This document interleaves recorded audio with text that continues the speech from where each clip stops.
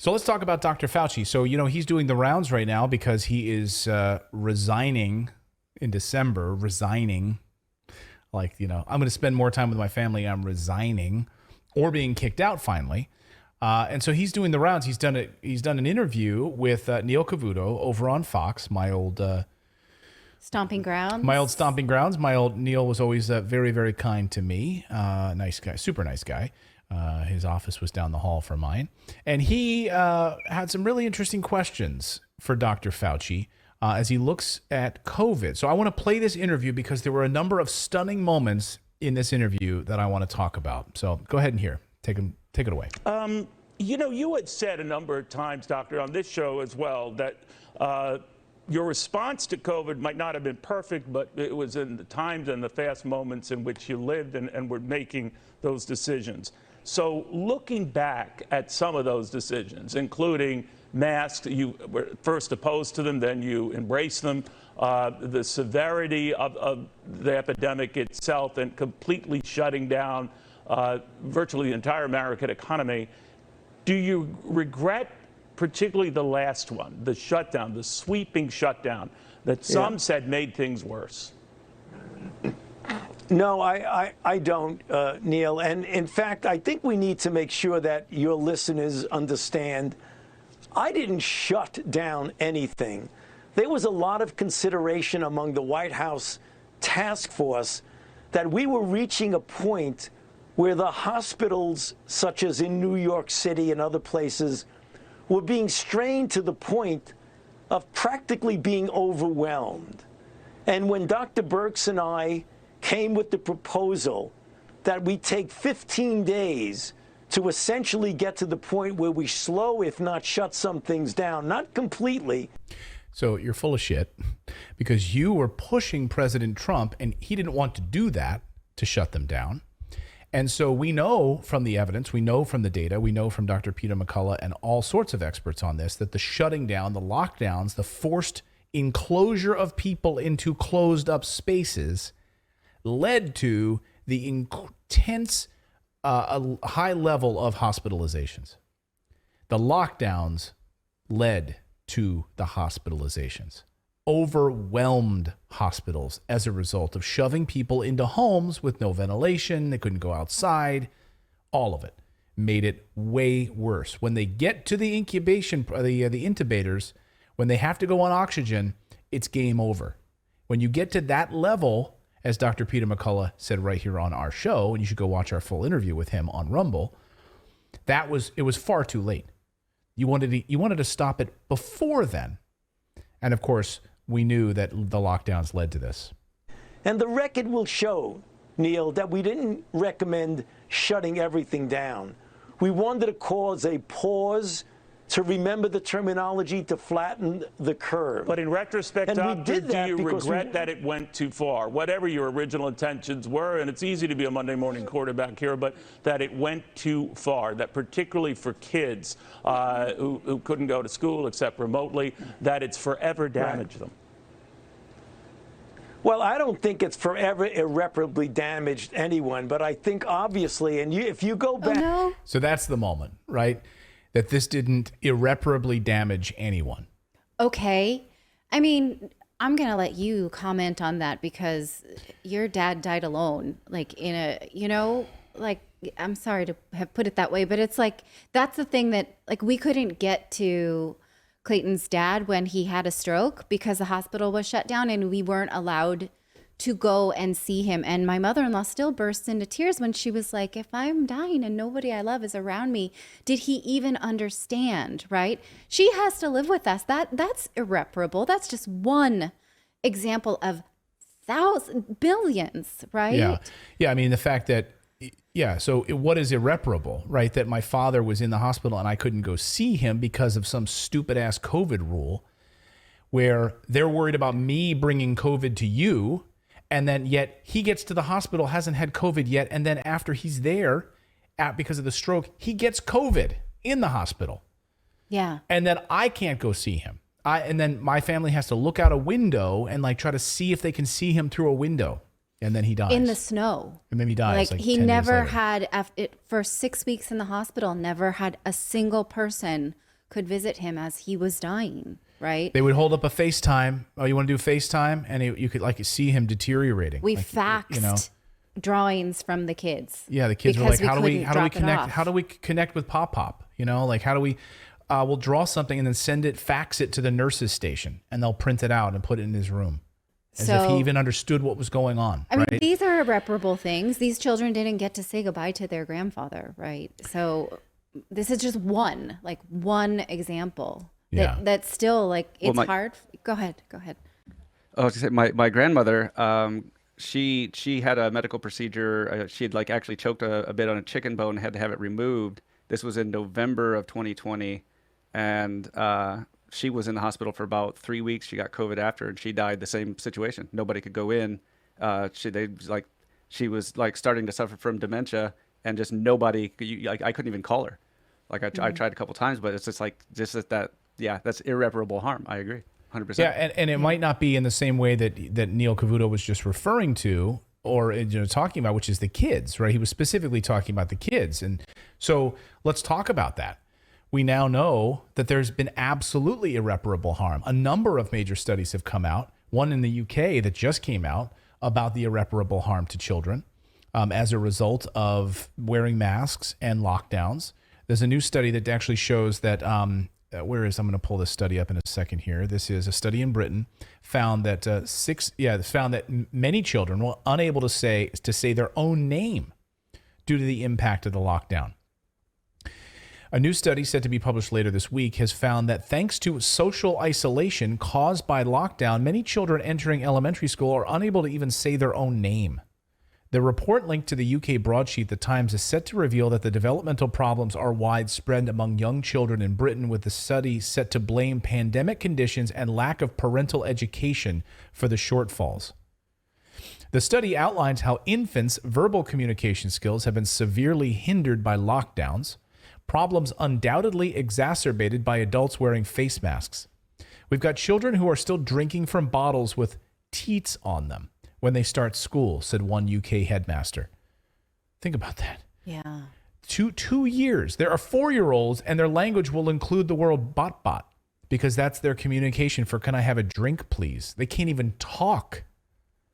Now, we know that there are studies that correlate loss of even 1 year of education to a lower life expectancy.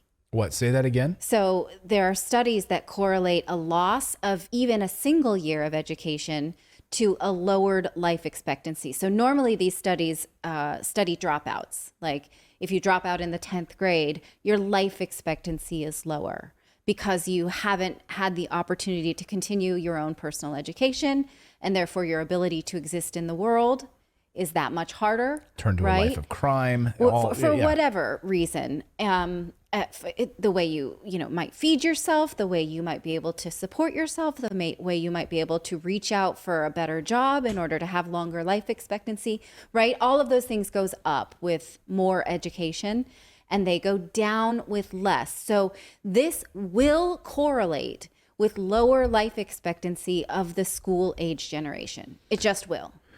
Here's Megyn Kelly. I want to play this Megyn Kelly soundbite here. This is what she has to say about the irreparable harm. Play this. As of October of 2021, 5% of unvaccinated adults said they had lost a job due to a vaccine mandate, according to the Kaiser Foundation. Folks like truckers who work alone and are socially distanced naturally for a living. Healthcare workers who were already infected and stood ready to help those who were hurting from COVID, booted out of short-staffed hospitals. Nearly 2,000 public employees in New York City alone, where another 6,000 are still waiting for as-yet ungranted exemptions. Great, good time to cut back on police in a city rampant with crime. The military, roughly 40,000 unvaccinated National Guardsmen and 22,000 reserve soldiers cut off from their military benefits. Another 3,400 troops involuntarily separated from service for refusing to get the vaccine. Nearly 2,000 of those Marines. Okay, sure. What do we need Marines for anyway? Not all of those folks had natural immunity. Not every single one of them had COVID. But the point is, if they did, 0 people connected to Anthony Fauci or his policies cared or would even consider it. thanks to doctor integrity. She goes on to mention all of the other things that are irreparable. For instance, late stage cancers that were discovered because people did not go to get cancer screening, either because they were too scared to go to a hospital or the centers were closed. Mammograms, all of that. Yeah, traffic accidents because of substance abuse that has gone up. What do they call them? Substance abuse deaths that are due to opioids. I can't remember the name, right? Those things have gone up. Addiction in general have gone. There's so many things that in fact are irreparable because humans are not supposed to be kept in cages like animals. In fact, animals are also not supposed to be kept in cages. Fauci went on to say, that he was the guy really pushing to get kids back into school. He said that if you go back and people selectively, Neil, put things out on me on the internet, but I was one of those people that said we have got to do everything we can to get children back in school. So why'd you take them out in the first place? We knew the data about children, right? We also knew the data about natural immunity. Right. And you specifically, Dr. Fauci, knew the science around natural immunity. Like if you've had the flu, because you knew this for years. We all knew this. Like if you have the flu, why would you go get, I said this as like, why would I just had the flu? Why would I go get a flu vaccine? Makes no sense. I just had the flu. So I'm going to go get a vaccine that literally has strains from other years that have nothing to do with what's currently floating around. Makes no sense. Why would I do that? Well, the flu vaccine is usually an estimation of what will be the most popular spreads of the coming year. Yeah. It's an algorithm, right? So he knew all about natural immunity because this video surfaced where he was speaking out openly about flu vaccines. Watch. But she's had the flu for 14 days. Should she get a flu shot? Well, no. If she got the flu for 14 days, she's as protected as anybody can be because the best vaccination is to get infected yourself. And so she should not get it? If she really has the flu, she definitely doesn't need a flu vaccine. If she really has the flu. She should not get it again? No, she doesn't need it because it's the most potent vaccination is getting infected yourself. Now, one of the reasons we were told that did not apply to COVID is because they didn't want to give any wiggle room for any exceptions, right? So people who have said, well, I just recently had it, so I don't feel like I need to go sign up and get this vaccine. We were told that if we let some people get out of it, then everyone will try to get out of it. So it just has to be this herd immunity and this herd mentality of like, there just can't be exceptions, right? We can't say anything that will discourage anybody. In fact, there were threats in California to unlicensed doctors who were giving their patients the advice on like, well, you have a propensity to say blood clot or what have you. So maybe you're not the right candidate. And those doctors were being threatened with not even just threatened, David, right? Like people lost their jobs as a result of it, right? Doctors lost their jobs as a result. Well, and also it's like, what's crazy to me is they always use the excuse, but the data changed. We had new information. But there are 3 doctors that I followed from the very beginning who their information still hasn't changed. Not 1 ounce of information has changed. Their website still has the same recommendations. So why did the CDC, the WHO, Fauci, all this information constantly change? And that was just science when these guys were saying what they're now coming out to say now way back then. Right, because Dr. Peter McCullough, who one of the people I think you're referring to, and I read his book, and we interviewed him here on the channel. You should go check that video out on Rumble. He specifically said, I asked him, and he said, well, it comes down to money. Like, I really believe, unfortunately, that it was the money. It was the money to be made at the pharmaceutical level, the biopharmaceutical complex. And that was a name that I had never heard before, but I love it because I call it the military-industrial complex. And they said the biopharmaceutical complex is just as bad, just as big, just as bad. And so, of course, they're, again, all of these guys are hovering around the White House. They're pushing to get these things through emergency use authorization. They're pushing it to make as much money as possible. And when they hear about these other natural or other types of treatments, generics, or the other things that we can't say on this channel because we'll probably get banned for it, that were showing incredible progress, keeping people from the hospital. Dr. Peter McCullough specifically with his treatments were keeping people out of intubation, keeping them off of respirators, keeping them out of the hospital and saving lives. But you weren't allowed to hear about that. And when you mentioned it, you were made fun of and mocked about it. And CNN called you like an enemy of the state, basically. So it's amazing to see these reversals. It's amazing to see. And now, of course, Dr.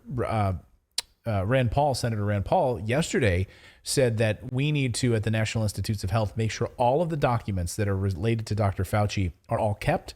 There's not to be any destruction of documents, any emails, anything related to Dr. Fauci, gain-of-function research at the Wuhan lab or otherwise. All of those documents need to be preserved because they would like to move forward with a criminal proceedings against him.